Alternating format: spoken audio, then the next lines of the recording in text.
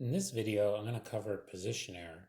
And if you watch my other videos about the GD&T symbols, I told you that I would cover position error in its own video because I wanted to really go in depth on how to understand the tolerance zone and demonstrate a tool I've developed that will help me explain it better and help you calculate it better. So if you go to the Pragmatic Metrology website, you should find a GD&T position calculator. You can download and follow along with me as I demonstrate it. You will need a version of Microsoft Excel 2010 or later. I realize that not everybody has access to that, but it is fairly common and it's a tool I'm very familiar with, and it's easy to distribute this way. So if you can, pause the video, download that, and follow along with me. Otherwise, we're gonna jump into it.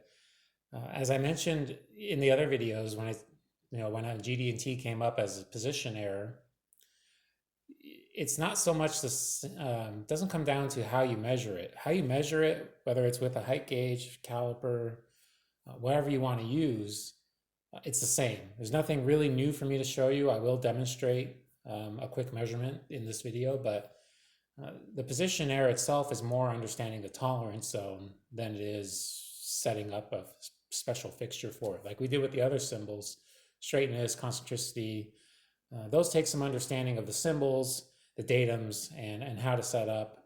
For position error, you still have to find the center point of a hole, just like whether position is called out or not, and how you choose that is up to you. But let's talk about the tolerance. So in position error, the rectangular, plus or minus x, plus or minus y is replaced with a circle. And so I have that demonstrated or displayed here. You used to have this traditional minus x, minus y plus y box that your center point in purple here needed to fall into. And what position error does, what it's designed to do is it's designed, as I mentioned, its GD&T symbols are functional symbols. They provide information about how the part functions, particularly involving assemblies. And position is one where particularly you'll have round shafts into round holes for rotations or press fits. You'll also have bolts going into holes. So all these objects are round because they're so common, they're using this symbol most of the time. But in fact, position can be applied to features that are not circles, that are not diameters. For this video, we're really going to focus on that, but it can apply to other shapes, like in camshafts, you may have ellipses or hexagonal drivers, square drivers. You could position slots this way, so there are other applications for it. We're really going to focus on holes. That's the most common application, and it'll help you understand it if we just stick to one symbol for now, or one feature for now. So as I mentioned before, the measurement requires finding the size and the center of a hole. That's no different. Metrology is the same, but your tolerance zone has changed shape, which is good most of the time. You will need to watch the other video about GD&T where I really went into depth on datums, because what the feature control frame looks like is it'll have the position symbol, then your tolerance. It will always have, or it should always have, the diameter symbol here. I'll talk about why that's important, but suffice to say, this position tolerance of 14 thousandths, it defines that the diameter of your zone is 14 thousandths, not the radius. So it always applies in diameter form, whether this symbol's here or not, but it's usually there to clarify. Sometimes there are applications where people think it might be the radius and not the diameter, which is wrong. So it's always the diameter of the tolerance zone. And then you have your datum surfaces B and C. So that one might be in relation to the angle block here. Datum B is the bottom, datum C is the back face. We're talking about the position of the holes, whatever holes are called out, relative to those two datums. So basically what happens, to go in more depth on this diagram here, you have your new circular tolerance zone and your rectangular tolerance zone that you used to have actually you never, it's for reference only when, as I mentioned in the other video, when the position symbol applies, your title block tolerance goes away. It's meaningless. You shouldn't, I mean, just change it over to the circular zone.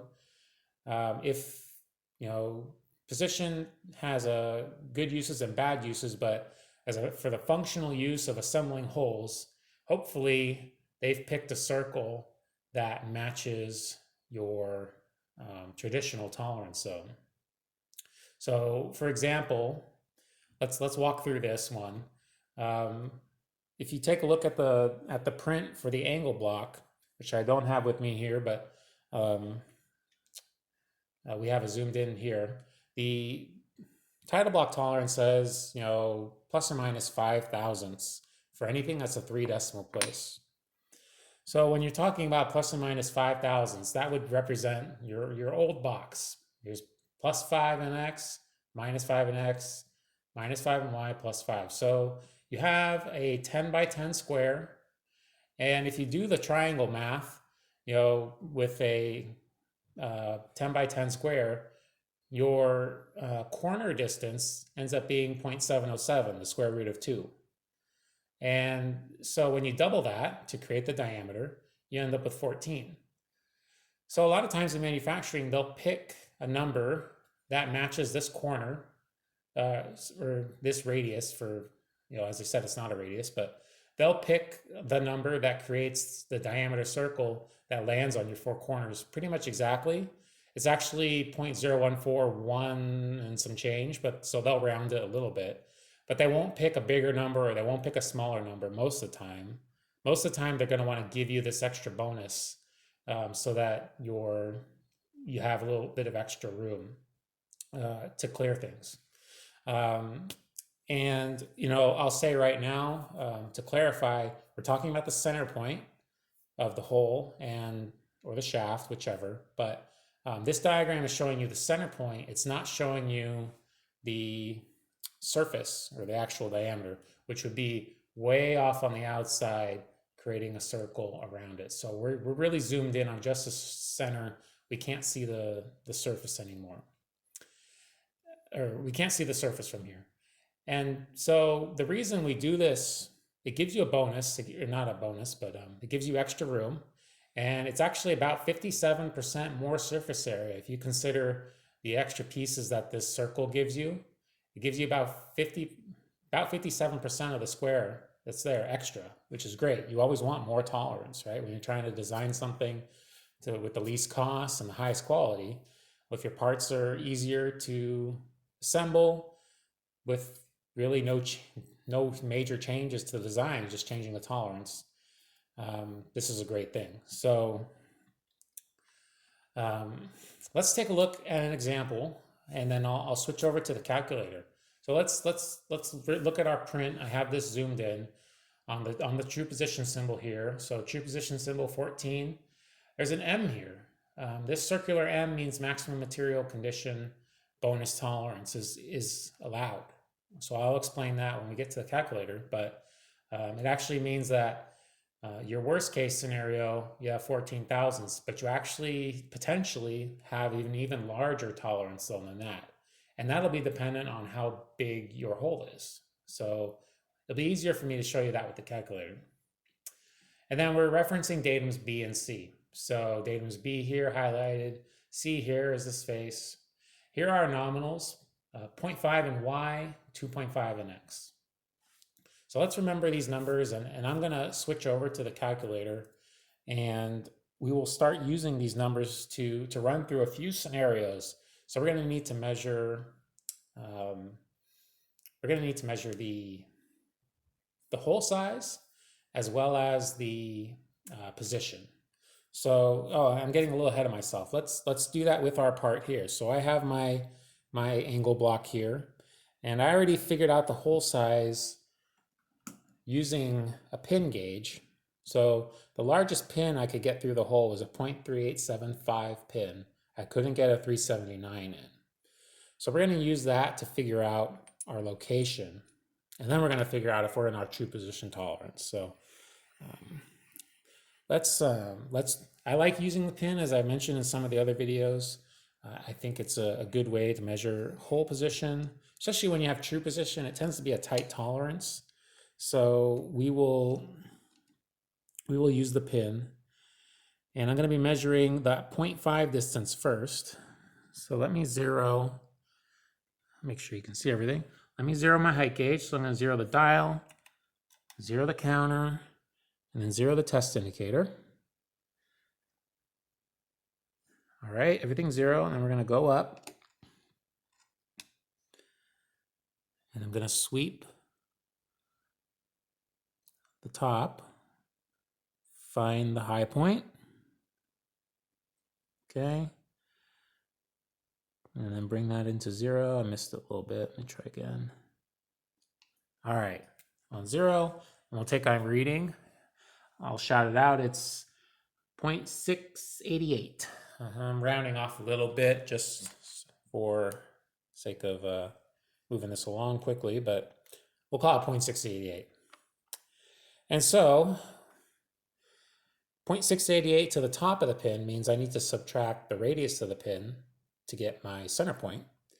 So 0.688 subtracting 0.3785 divided by 2. So I'm 0.49875. So let's call that 0.4988. So I'll write that down. All right. Now we got to get the other direction off of datum C. So we'll rest our part on datum C. Now we're still zeroed on the rock, so I don't need to re-zero again. I can just keep going. And I will sweep the top of the pin. See everything just good. Oh, I got pretty close.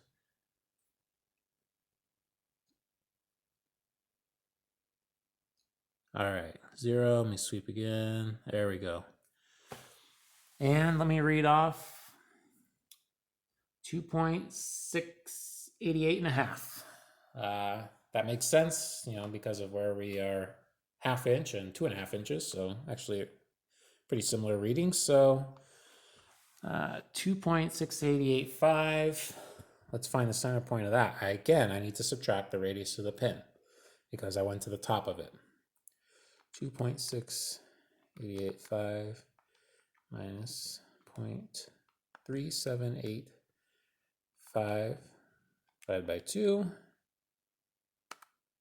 2.499, we'll call that 2.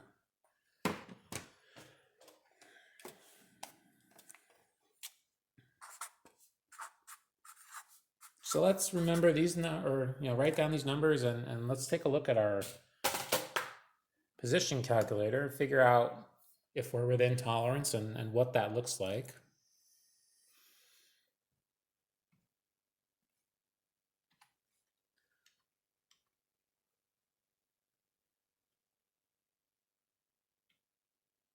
All right.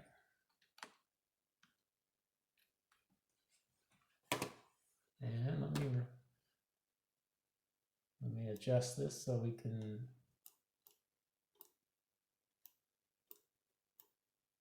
There we go. All right. So here we have an example, pretty much preloaded, some preloaded data, and I'll explain what we're doing before we enter what we had here. So you'll see that I've entered our nominal diameter, 0.375. That was on the print. We had a minus tolerance of 0 on the print, and we had a plus tolerance of 5,000. So all I've done is enter that data into these cells. And position tolerance was 14, which I entered, and then our actual diameter was 0.3875. That was the size of the pin that I could get in there. Now, technically, it's a little bit bigger because the pin slides in freely. I just don't know how much bigger, but we're going to call it 0.3875. And then it already calculated our position error here, but actually we need to skip down here and enter the hole position information. So our X nominal was 2.5. And then our X tolerance left, or sorry, minus X tolerance and our plus X tolerance are reference only, but that I have them here to draw the box to help us plot the box. And then our Y nominal is 0.5, and I have the minus Y and the plus Y, as well as the Y actual. So in this case, what we're looking at in this view here, we have our circular tolerance zone of 14 thousandths. We have our reference box, which really we don't concern ourselves with now, but we, just for illustration purposes, show you the difference between the zones. And we have our center point. So our center point was on this chart, where's our X actual, 2.504. So moving from center and moving over 2.504 and moving down to 0.498. So our center point here of the circular zone would be a perfect nominal measurement of 0.5 and 2.5. But for us, we got 2.504, which is a little bit to the right, and 0.498, a little bit down. So those are the numbers that were in here. And let us replace a few of our numbers with what we measured. So I got 2.4992. And for the other one, we got 0.4988. So this part, you can see how close it is. The center is manufactured very close to nominal and well inside of our circular tolerance. Over here on the right, you can see, 14 thousandths is our tolerance zone.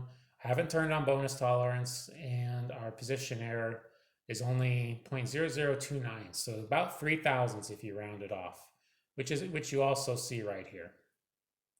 So this is good, but let's play with the numbers and work with the calculator. Let's see what numbers, how big this thing can get.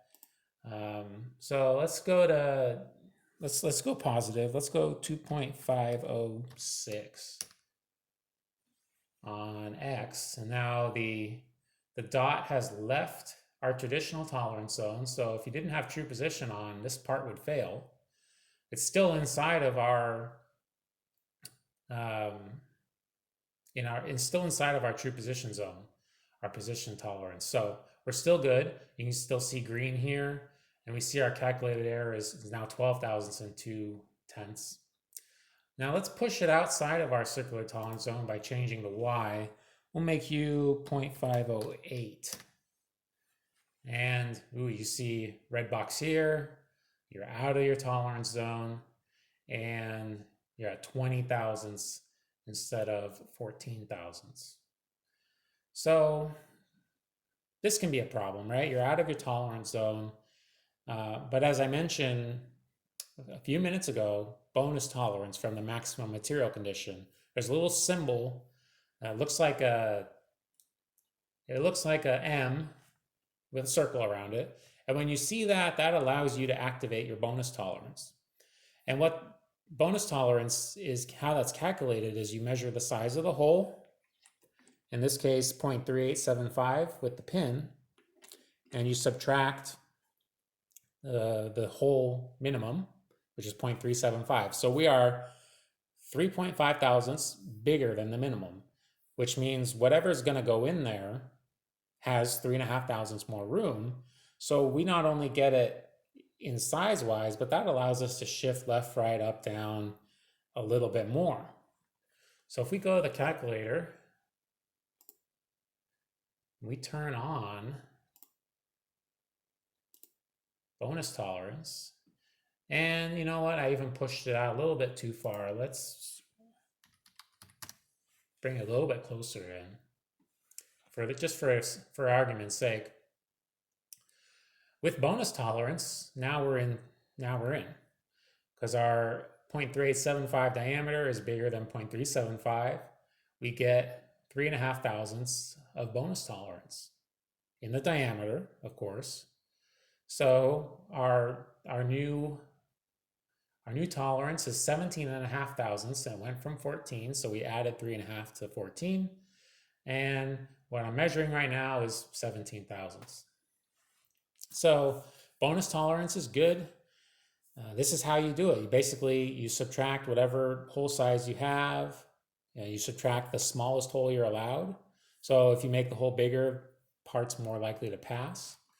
And let's play with the hole size. Let's say our actual diameter was 0.375 exactly. Actually, let's make it 0.376 so we can see it, because you'll see that the bonus tolerance zone got smaller because we added a smaller number, so we got less bonus tolerance. And if we go to 0.380, which is our largest allowable, then we get a bigger zone. I know the image just shrunk due to zooming. It's auto zooming, but we actually got a bigger zone than we had before, and we're still in. Now, if we go to, let's say, the maximum hole size and our position is still really bad, let's make this 2.508. You'll notice red screen here for your position error, and where you have 19 thousandths maximum and you're at 20, that means you're out. So I really like using this calculator. I developed it to help people, to help visualize what's going on. It's in real time, and I recommend you guys play with it if you're trying to understand true position. Just remember, it's the actual size of the error is twice the length of this hypotenuse here. So let's put it back in print. Let's put it back to where we had it, 0.3785 and 2.503. Okay, now we're totally in. And you can turn on bonus tolerance on or off. You might not always have bonus tolerance. It's up to the designer to put that on the print. Many applications would benefit from bonus tolerance, especially tight assembly features. The more tolerance you can give, the better. When it's tight diameter and tight position, if you can give that bonus tolerance, it helps. But now we're kind of, we're talking about design, and I really want to focus on metrology. But as I said, there's more material around GD&T most of the material is revolving around design and applications of the symbols, understanding what the symbols mean. But from a metrology point, there's less. So I think this tool helps a little bit. And I do want to demonstrate a couple more features before we move on, take a little side tour. So first of all, the format of what you're seeing on the screen here next to me, it's going to look different than what I'm going to upload. I have this so that the TV monitor can show it, but it's going to look a little bit better than this. So it'll look a little different, but there'll be some buttons here. I'm going to try to upload a version with macros that will help you clear the data, export a PDF, bring on an example. So I'll demonstrate that. Let's clear the data, and boom, it's gone. And then you could put in your own, you could enter your data. You need to enter into these 5, and you need to enter in these 8, basically. You'll find all this information on the print, and these blue labels will be what you actually measured. Now you can bring on an example if you want to see what it looks like. It moves fairly quick. This is a computer that's quite a bit old, so it doesn't move as fast as some more modern computers, but on my other computer where I program this, it goes instantly. You can't even see it. So you can bring on that. And there's also, just off camera, there's a maximum material example button as well. Can't quite get it into frame with everything else. But so you have a few examples you can bring up with bonus tolerance, without bonus tolerance, and you can clear the data very quickly. So pretty nice tool. I hope you guys like it. I'm going to upload the version with these buttons enabled and a version without these buttons, because there may be some cases that computers will not run these little programs to delete the cells and enter new data. You may see warning messages that say, you need to enable this, macro programs can do harmful things. That's what the warning will say. So it's up to you whether you want to download the one without macros or one with macros. I'll leave that up to you. But I think it's pretty handy. So once again, we're really only talking about the center point here. We're not talking about the surface. I am going to change gears now and start talking about the surface. And we'll do a little bit of an engineering discussion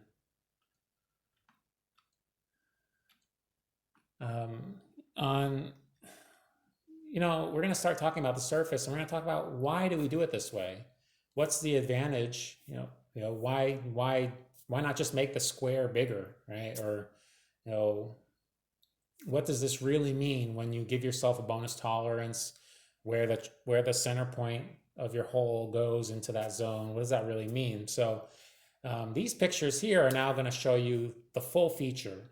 So I now have the diameter of my hole, and I have the diameter of my shaft in red. And then in here, in every picture, you're gonna see, either the square or the circular zone and the center point. So in this case, actually the center point of the hole, and the center point of the shaft will be represented by a cross. So in this case, everything's lined up, everything's dead on, concentric and running out, and perfect. So you're not going to see any error. Let me activate the pointer real quick. Okay. And in this one, you've pretty much pushed your hole off of position to the maximum. And this is the amount of clearance you had between this hole and this shaft. And throughout these pictures, we're going to assume the shaft is at the largest it can be, which is, for assembly purposes, if you want clearance, that's the worst case scenario, right? If you have the smallest shaft, if you have the largest shaft and the smallest hole, that's your worst case scenario for guaranteeing assembly. So you're designing around that when you're talking about your hole. So if the shaft is at its largest, we're going to play around with the hole size and the hole position in some of these pictures. But we're going to assume the hole size is in tolerance as well. So let's look at the next set. So if we bring up our circular tolerance zone and we look at it that way, in the first image, as I mentioned, you could be out of the tolerance if you had a square, but you're in tolerance when you use a circle. So that's a great thing. I mentioned before, you get 57% more area, so 57% more tolerance, which is a good thing. So if the callout doesn't have position symbol, it fails. If it does and it's tolerance this way, then it passes. Let's look at we'll talk about bonus tolerance again and how that affects the surface. So again, we're assuming the shaft is at its largest, and we're going to assume the hole is in tolerance, and look how that affects our measurements. So once again, I want to refresh you guys' memories on the print here. We're going to use pretty much this hole as an example. So 14 thousandths in relation to B and C with maximum material condition. We're going to assume some sort of pin is assembling there, and we're going to assume the pin is at its maximum size. So let's look at the worst case. We have the largest shaft, we have the smallest hole, which means we have the smallest clearance for them to assemble. If you try to shift the hole a little bit off center, right, you very quickly get to your maximum tolerance and you don't have a huge clearance. By the way, none of these center points is in scale to the outside. If I haven't mentioned that before, this is all kind of an exaggeration so I can visualize it for you guys. But from here, being perfectly on center, move a little bit and you go all the way to your extreme. Now you're still passing. So even at the tightest, smallest hole, as long as the position's in tolerance, you're still passing. But if you're going to go, even more off center, but you still assemble, How does that work, right? You can see our center point's outside of its zone, but the shaft is still inside the hole. And that's because the hole got bigger. So we have the largest shaft and the largest hole.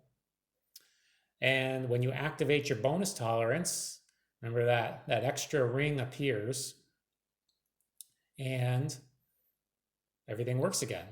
Now, the only caveat, I didn't mention this before, is your hole has a size tolerance. In this case, it was 0.375 plus 5 thousandths, so up to 0.380. Now, if you go out of tolerance in that direction, you're out of spec. Even though everything assembles, it's out of spec. So it has to be in tolerance. Let's take look at a couple examples where it fails. So first of all, even with bonus tolerance, you can still push it outside of the tolerance zone. So you could push it way off center and still be out, and then you get an interference when you go to assemble it. On the other hand, you could, if we looked at, say, starting off at this picture and then jumping ahead to this picture, if you go a little bit off center and your hole doesn't get big enough for the bonus tolerance to help you, you could be just outside of your passing because your bonus tolerance didn't get to the bigger size. So one way you could fix this is you could rework this part and make the hole bigger as long as you keep it in the same center place, keep the center point in the same place. This bonus tolerance will grow and the hole size will grow and the surface interference here will grow and it will no longer interfere. So that's one way to rework this potential situation. So, that's how bonus tolerance works. It's really can be tricky, but most of the times it's helpful. And if you use that calculator, you can just turn it on and input your sizes and your location, and the calculator will figure it out for you. It'll even draw you that nice picture. So one more example. I mentioned this one a little bit earlier, but if your hole is very large so that your part assembles, well, you'll notice that the bonus tolerance didn't continue to grow with it because our bonus tolerance has a maximum.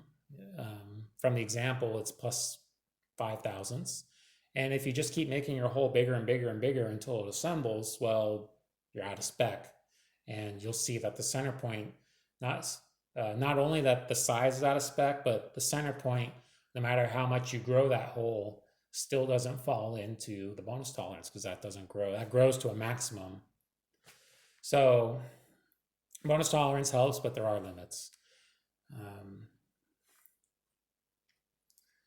And then I want to close things with one last thought.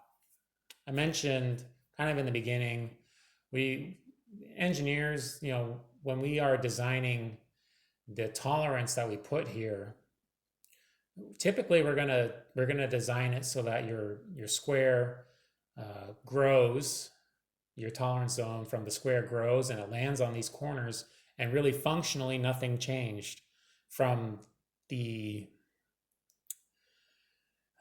title block tolerance you had, right? Because it doesn't seem fair that when you have round parts assembling, if they move in one direction, they're out of spec, but if they move diagonally, they are in spec because squares don't make sense when you're assembling round parts. So typically, you should see 14 if you had a plus or minus 5 and they just want to give you that extra space. But occasionally they'll make it smaller.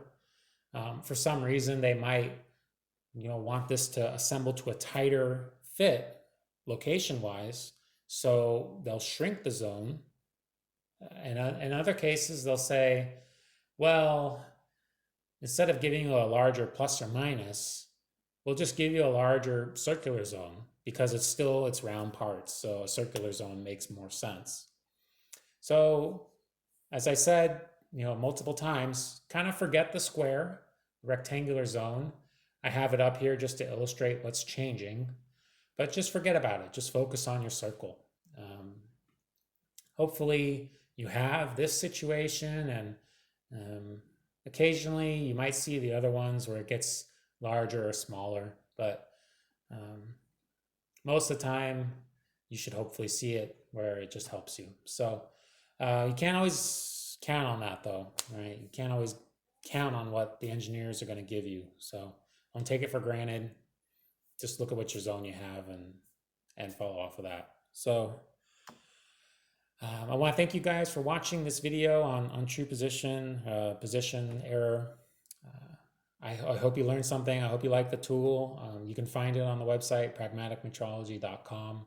You can find more of the videos on concepts and like calibration, blueprint reading, gauge selection, error, as well as tools like calipers, micrometers, surface plates, equipments, angle measurements, hole measurements. So please check out the website.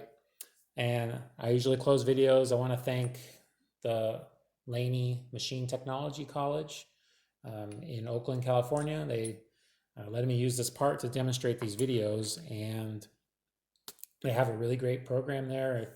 They offer courses in manual machining, CNC machining, metrology, blueprint reading, CAD design, maintenance. They have a lot of great courses there. They have a really good program. You can also earn certificates in machining, metrology, or inspection. I can't remember the name. I think it's inspection. And they have one other, I think. They have some apprenticeship programs that they're a part of, and you can get an associate's degree as well if you stay for 2 years and take enough courses. So I really recommend you check them out if you're in the Northern California Bay Area. It's Laney College in Oakland, and they have a great program, and I want to thank them, and I want to thank you guys for watching. I appreciate it, and I hope to see you for the next video. Thank you.